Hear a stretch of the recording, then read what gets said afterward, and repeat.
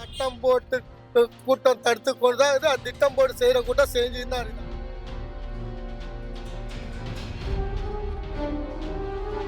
நல்லா ஜாமீன்ல வந்துடுறாங்க வெளியே வந்து திருப்பியும் கெத்தா காலத்துக்கு அவங்கள போய் வெட்ட போறாங்க.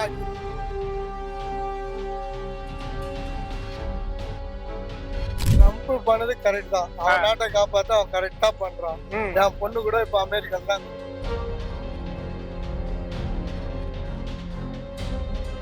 கை விலங்கு போட்டு இட்டுன்னு வந்தது அது தப்பு தான். ஆனா அது அவங்களுக்கு தெரியாது.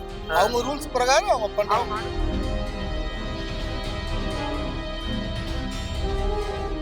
சட்டப்படி விசா இல்லாதவங்க திருப்பி அனுப்புவேன் அப்படின்ட்டாங்க. அப்ப என்ன பண்றாங்கன்னா, இப்ப சட்டத்துக்கு விரோதமா அங்க குடியேறவங்க எல்லாரையுமே வந்து நம்ம நாட்டுக்கு திருப்பி அனுப்பிச்சாங்க. ஆனா அவங்க சட்டப்படி வந்து கைவிலங்கு போட்டு தான் அனுப்புவோம். அதெல்லாம் கைவிலங்கு போட்டு அனுப்பிச்சாங்க.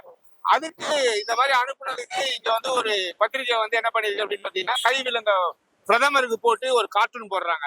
இது வந்து சரியா அப்படின்னு ஒரு சர்ச்சை கிளம்புது.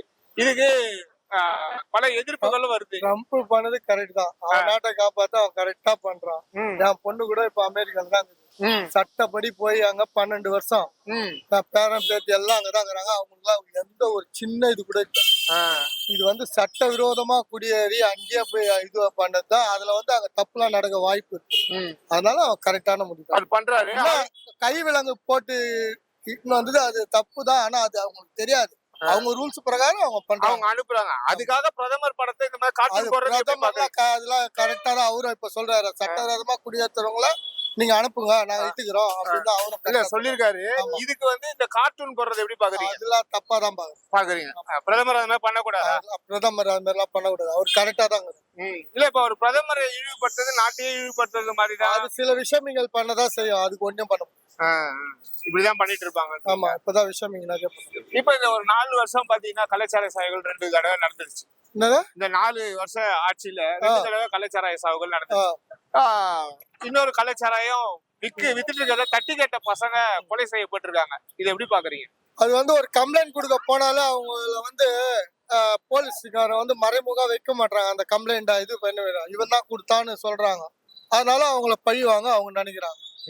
இல்ல ஆனா இது ஏற்கனவே முன்வீரதான்ட்டாங்களே போலீஸ். அதுதான் அவங்க லாபம் எல்லாம் வருமானம் எல்லாம் கெடுது. அந்த அர்த்தத்துல அவங்க வந்து போலீஸ்காரங்களே அவங்க அட்ரஸ் சொல்லிடுறாங்க. இவன் தான் காட்டி கொடுத்தா. ஆமா, அப்படித்தான் நான் நினைக்கிறேன். இல்ல இப்ப ஹைகோர்ட் பல தடவை கேக்குது. டிவில ஒருத்தர் 2 கைய வெட்டினாங்க. அவங்க அம்மா என்ன சொல்றாங்க, அவனுங்களை ஜாமீன்ல விட்டா எங்களை வந்து திருப்பி கண்டிப்பா வெட்டதான் செய்வாங்க அவங்கள எல்லாரையும். ஏன்னா அவனுங்களை எல்லாம் கைய காலை உடைச்சிடணும்.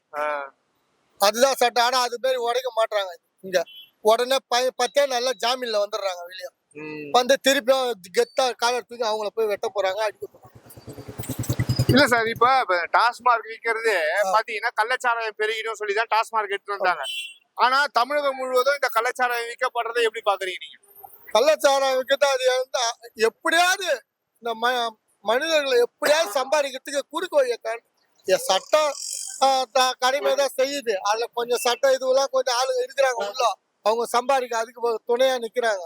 அதனால ஒண்ணுமே பண்ணல. அரசாங்கமே துணை போகுது அப்படின்னு சொல்லி எதிர்கட்சி அரசாங்கம் துணை போல அரசாங்கத்துல எவ்வளவு பேரு ஸ்லிப்பருங்கெல்லாம் இருக்கிறாங்க. அவங்களாம் சொல்லி கொடுத்துருவாங்க. அதனால அரசாங்கம் தான் கடுமை செய்துதான் செய்யுது.